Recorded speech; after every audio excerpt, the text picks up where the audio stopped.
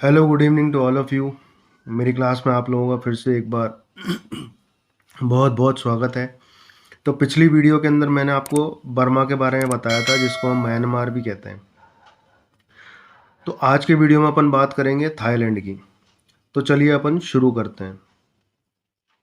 तो आप ये देखिए, मैंने आपको पहले ही बर्मा के बारे में बता दिया था, और इसकी अभी रिसेंट कैपिटल है वो है नेपेताओ, और पहले इसकी कैपिटल थी रंगून। ये अपनी बात क्लियर हो चुकी है। अब अपन बात करते हैं थाईलैंड की। तो देखिए, बर्मा के नीचे ये वाला हिस्सा जो आपको दिख रहा है, इसको हम बोलते हैं थाईलैंड।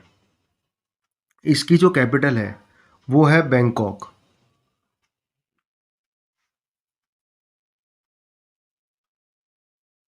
बैंकॉक इसकी कैपिटल है। पर्यटन के हिसाब से ये देश जो अपनी इकोनॉमी है वो अपनी पर्यटन के हिसाब से ही चलाता है। जितना ज़्यादा टूरिस्ट या विजिटर्स आते हैं, इसकी इकोनॉमी उतनी अच्छी होती है। एक टाइम था जब इसकी इकोनॉमी डीवैल्यूएट थी, यानी कमज़ोर थी भारत के मुकाबले, पर आज इसकी इकोनॉमी भारत के मुकाबले काफ़ी अच्छी है। ठीक है, तो ये है थाईलैंड। अच्छा, इसको जो है ना वो अपन बुद्धिस्टों का देश भी कहते हैं। बुद्धिस्ट लैंड कह लो, बुद्धिस्टों की कंट्री कह लो। यहाँ पर भी आपको बहुत ज़्यादा बुद्धिज़्म मिलेगा। ठीक है, अब ये देखिए कि यहाँ पर भी जो है ना बहुत सारे आपको बुद्धिस्ट टेम्पल मिलेंगे। इसके अलावा यहाँ पर भी शाओलिन वगैरह बहुत ज़्यादा होती है, जैसे कि चाइना में होती है। तो यहाँ पर भी आपको बर्मा के जैसे, थाईलैंड के जैसे, ये जो ईस्ट का इलाका है, यहाँ पे शाओलिन टेम्पल्स वगैरह आपको बहुत मिल जाएंगे। ठीक है, इसके अलावा आप ये देखो कि ये वाला इलाका आपको दिख रहा है, ये वाला इलाका, इसको गल्फ ऑफ थाईलैंड कहते हैं। एग्ज़ाम के अंदर आता है। एग्ज़ाम में किस तरीके से आता है, आप ये देखो कि खाली यहाँ तक का ये वाला इलाका एक मैप के अंदर शो कर दिया जाएगा, और ये बिल्कुल ब्लैंक होता है। ना यहाँ पे थाईलैंड शो करेंगे, ना कंबोडिया शो करेंगे, ना वियतनाम शो करेंगे, और ज़्यादा ही होगा तो केवल एक कंट्री शो कर देंगे, जिससे आइडिया लग जाए आपको। और ये वाला इलाका क्वेश्चन मार्क में पूछ लेंगे। तो ये वाला जो इलाका है ये आपको बोलना है गल्फ ऑफ थाईलैंड। ठीक है, इंपॉर्टेंट है, ये याद रखना, बहुत इंपॉर्टेंट चीज़ है ये। हर आरपीएससी, यूपीएससी या कॉम्पिटिटिव एग्जाम में आता है। ठीक है, अब क्या होता है कि थाईलैंड जो है, थाईलैंड वैसे काफ़ी डेवलप हो चुका है, पर सिंगापुर के मुकाबले वो डेवलप कम है। तो आप ये देखिए कि ये अंडमान एंड निकोबार आइलैंड है, और ये वाला जो एरिया दिख रहा है आपको, ये है बे ऑफ बंगाल। ठीक है ना। अब कहानी क्या आती है, जो भी बड़ी बड़ी कंट्रीज़ है वो अपना सामान बेचने के लिए जब वेस्ट की साइड में जाती हैं, तो वो, अब जैसे आप यहाँ से ले लो, या कोरिया ले लो, या जापान ले लो, या फिलीपींस ही ले लो, कोई भी कंट्री हो, हांगकांग ले लो, ठीक है ना, या वियतनाम से कुछ चीज़ आती होगी, वैसे वियतनाम इतना कुछ बनाता नहीं, पर यहाँ से ले लो, तो ये सब यहाँ से होते हुए ही जाते हैं। तो यहाँ से होते हुए जाते हैं, तो ये वाला इलाका जो है, जिसको हम सिंगापुर भी कहते हैं, ये सिंगापुर डेवलप हो गया। सिंगापुर डेवलप क्यों हो गया, क्योंकि जो भी इंसान यहाँ पे शिप वगैरह कार्गो अपनी लेके जाता था, तो उसका पेट्रोल भरवाना, उसकी मेंटेनेंस, उनका खाना पीना, कुछ भी चीज़ होगा वो सिंगापुर से रुक करके जाता था। कुछ हद तक वो कुआलालंपुर से भी रुक के जाता। तो कुआलालंपुर है, मलेशिया है, ये बहुत डेवलप हो गए। अब जब ये डेवलप हो गए, तो थाईलैंड ने सोचा, बोले यार अपन एक काम करते हैं, क्यों ना अपने यहाँ इन सबको डाइवर्ट किया जाए, इनके जितने भी जहाज। तो थाईलैंड ने क्या अकल लगाई अपनी, उसने अपने यहाँ पर, ये एक छोटा सा एरिया है, इसको बीच में काट के एक कैनाल बना दिया, और सबको बोला कि तुम यहाँ से होके जाओ। अच्छा, इस कैनाल का नाम है क्रा कैनाल। क्रा कैनाल ये कुछ 5, 7, 8, 10 किलोमीटर, मतलब अप्रोक्सीमेट इतने का इलाका है, उसको काट के इसने एक नहर बना दी। पर यहाँ पर भी एनवायरनमेंट वाले आ गए हैं कि भाई ये दिक्कत देगा एनवायरनमेंट को।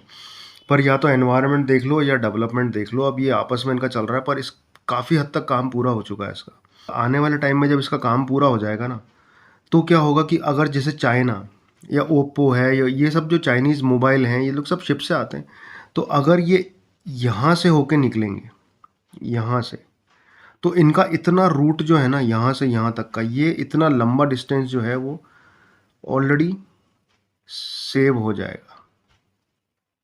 काफ़ी लंबा, पेट्रोल भी बचेगा, हर चीज़ बचेगी। और थाईलैंड की नहर निकालने से थाईलैंड का होगा डेवलपमेंट। तो थाईलैंड ने इस तरीके से ये क्रा नहर बनाई है, ठीक है। पर आप ये देखो कि यहाँ पर इस जगह पर एक आइलैंड है कोको।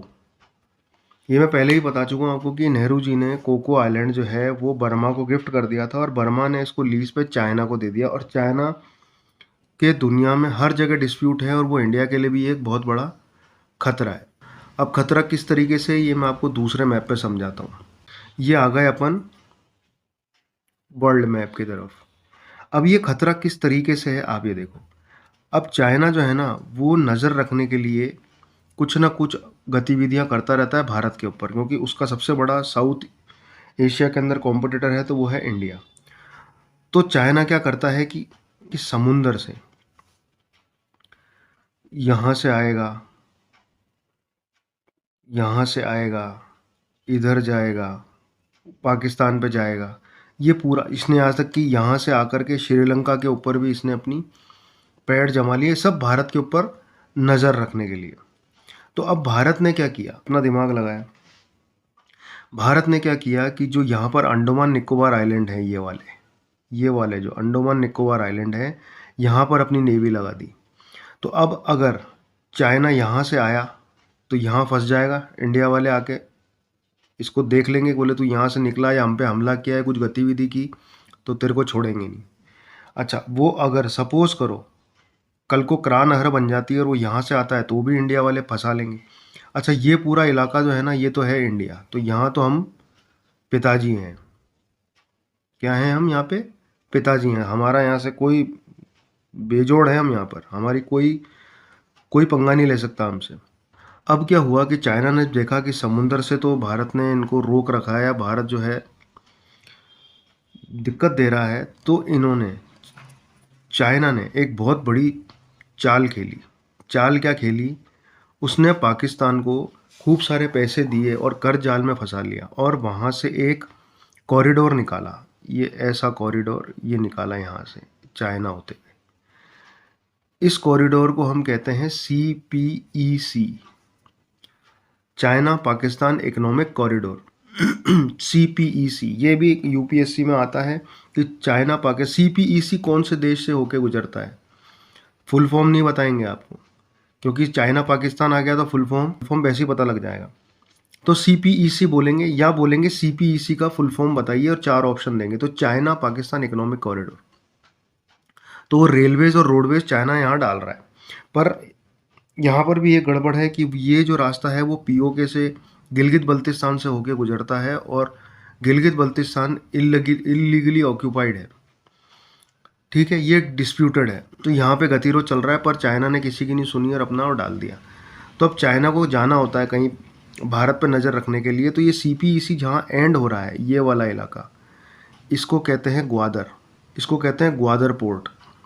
तो चाइना ये ग्वादर पोर्ट जो है ये डेवलप कर रहा है। अब ये ग्वादर पोर्ट पे अपनी शिप लाके खड़ी कर देगा, बाई ट्रेन या जैसे भी बड़े बड़े कंटेनर लाके खड़े कर देगा, और वहाँ से आपके ऊपर नज़र रखेगा, क्योंकि यहाँ से गुजरात बहुत पास में है, हर चीज़।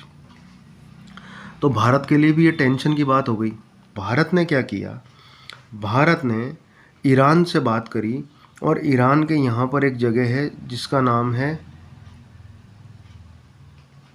चाबहार।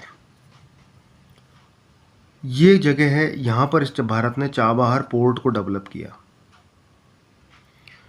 चाबहार पोर्ट को डेवलप किया। अब क्या है कि भारत जब कोई भी चीज़ वेस्ट में पहुंचाना चाहता है तो पाकिस्तान उसको जाने नहीं देता है।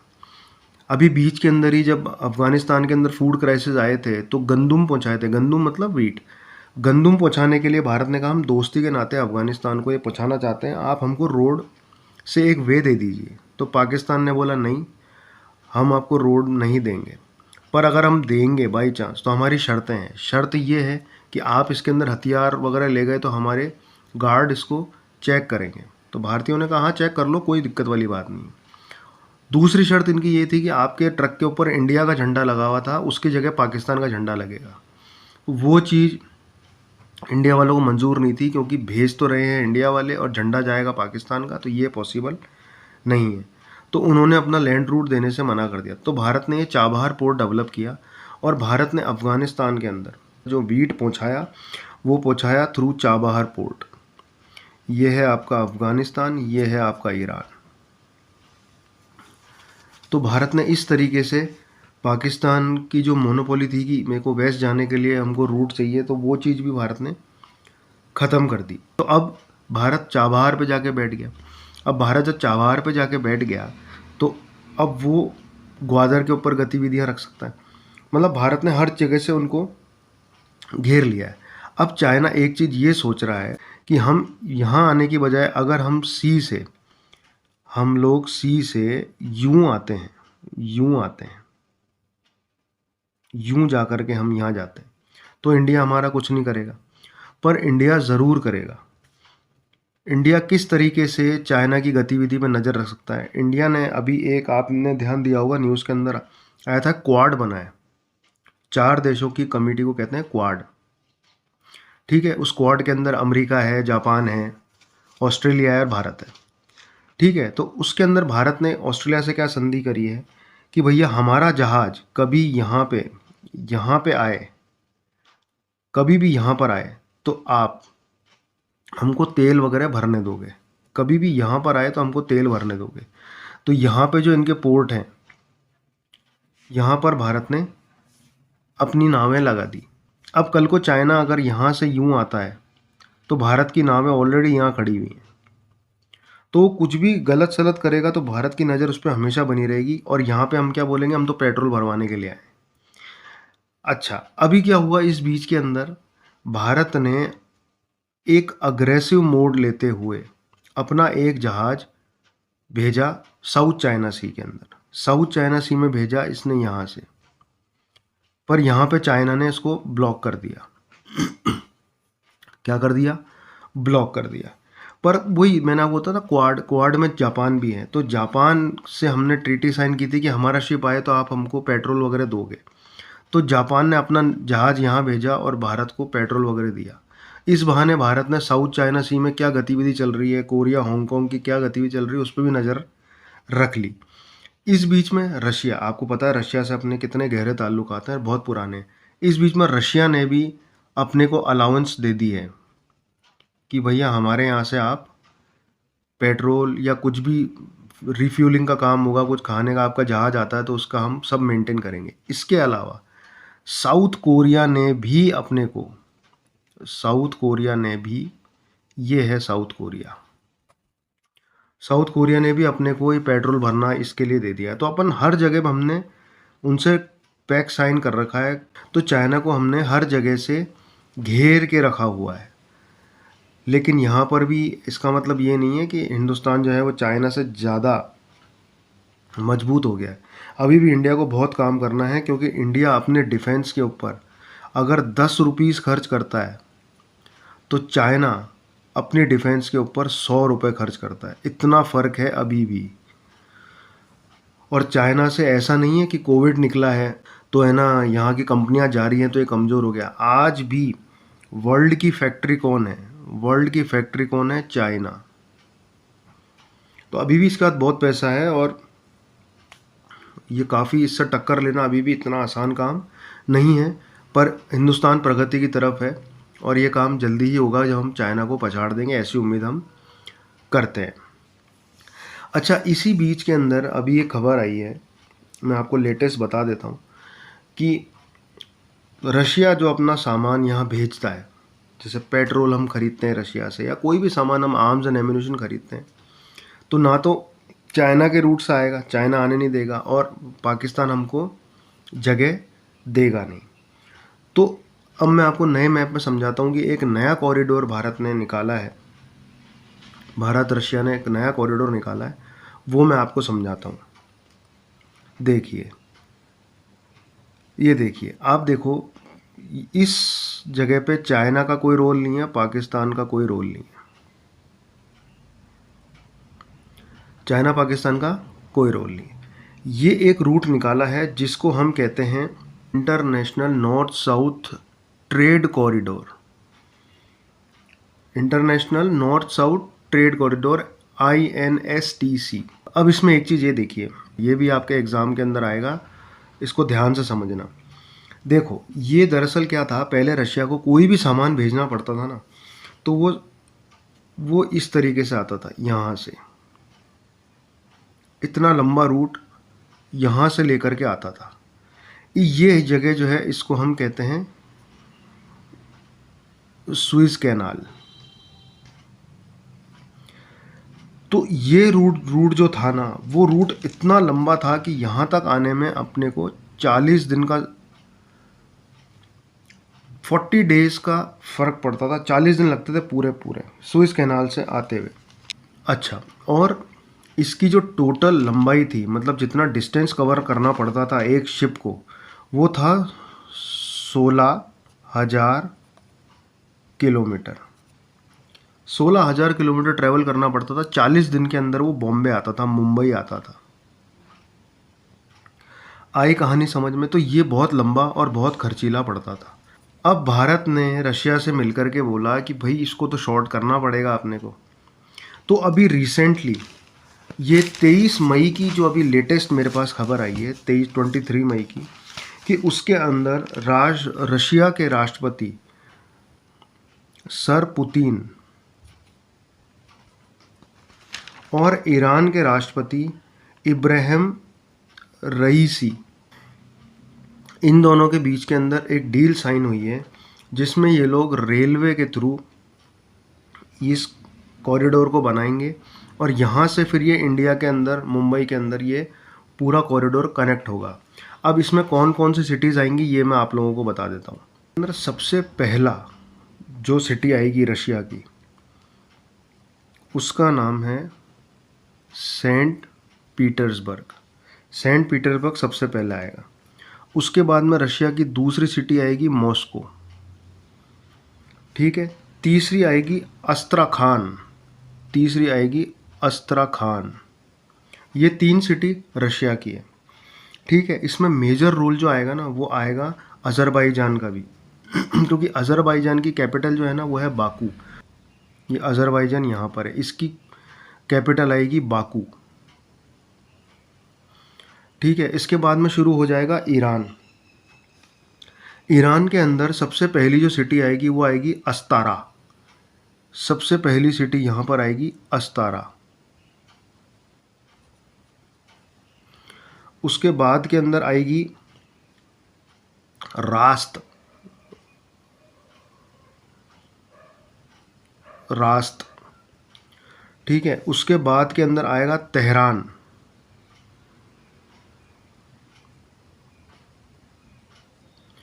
तेहरान ईरान की कैपिटल है। उसके बाद आएगी बाक्फ, आएगी क्या आएगी यहाँ पर, बाक्फ, बाक्फ आएगी। और एंड के अंदर ईरान का जो पोर्ट है, ये वाला पोर्ट, ये आएगा बंदर अब्बास। बंदर अब्बास। ये जो पूरा बना है ना, ये याद रखना जो मैंने आपको बताया, ये बहुत इम्पोर्टेंट है। कौन कौन सी सिटीज़ आएंगी, ये यूपीएससी आरपीएससी में आती है। अब आप ये देखो, ये 3 तो आई रशिया के अंदर, बाकू आई अज़रबैजान के अंदर, और बाकी जो ये वाला एरिया है, ये आई ईरान के अंदर। अब ये देखो, मैं आपको पूरी कहानी इसके अंदर बताता हूँ कि ये जो इलाका है यहाँ से लेकर के यहाँ तक का, ये टोटल है 3,046 किलोमीटर का। ये तो बनेगा रेलवे से, ये है रेलवे से। इसके अलावा जो ये 1500 किलोमीटर का है, यहाँ से लेकर के और यहाँ तक का, ये है 1500 किलोमीटर का। ये होगा शिप से। आई कहानी समझ में? ये शिप से जाएगा, तो रेलवे और शिप कनेक्टिविटी होगी। अब इसमें मेन मुद्दा ये आता है कि साहब आपका जो ये बंदर अब्बास जो है ना, बंदर अब्बास से ही क्यों रेलवे लाइन जुड़ी है, क्योंकि भारत तो चाबहार को कनेक्ट कर रहा है। पर क्या है, चाबहार से भारत की दूरी भी और कम है, पर वहाँ पे क्या है कि रेलवे नेटवर्क नहीं है, वहाँ पे रेलवे नेटवर्क डेवलप करने में काफ़ी टाइम लगेगा। तो अभी इस रूट के लिए बंदर अब्बास को ही जोड़ा गया है। तो ये चीज़ याद रखना। ये लोग पूछ सकते हैं क्या चाबहार से आता है, तो बोले नहीं, चाबहार से आता है नहीं, बंदर अब्बास, पीटर मैरिट्सबर्ग से बंदर अब्बास, बंदर अब्बास तक 3046 किलोमीटर की रेलवे लाइन है। और शिप लाइन जो है वो बंदर अब्बास से मुंबई तक कहाँ पर है, बाई शिप। तो रशिया कुछ भी भेजेगा तो वो रेलवे और शिप से होते हुए इंडिया आएगा। तो ये कहानी जो है ना, ये है आपकी international north south trade corridor की। तो ये बहुत इम्पोर्टेंट है, ये आरपीएससी यूपीएससी के अंदर आता ही आता है। तो अभी के लिए मेरा वीडियो ये जो है यहीं एंड होता है। मैंने आपको थाईलैंड समझा दिया है। इसके अलावा मेजर रूट्स भी मैंने आपको बता दिए हैं जो अभी करेंटली चल रहे हैं। उसके अलावा चाइना के खिलाफ भारत की क्या गतिविधियां हैं वो भी मैंने आपको समझा दी है। तो आज के वीडियो में मेरा इतना ही है। जल्दी मैं एक अगला वीडियो लेके आऊँगा जिसके अंदर मैंने अभी बात करूँगा मैं अफ़गानिस्तान और ईरान टेंशन की। चलिए, तो आज के वीडियो में मेरा इतना ही। अगले वीडियो में जल्दी अपन मिलते हैं। जय हिंद।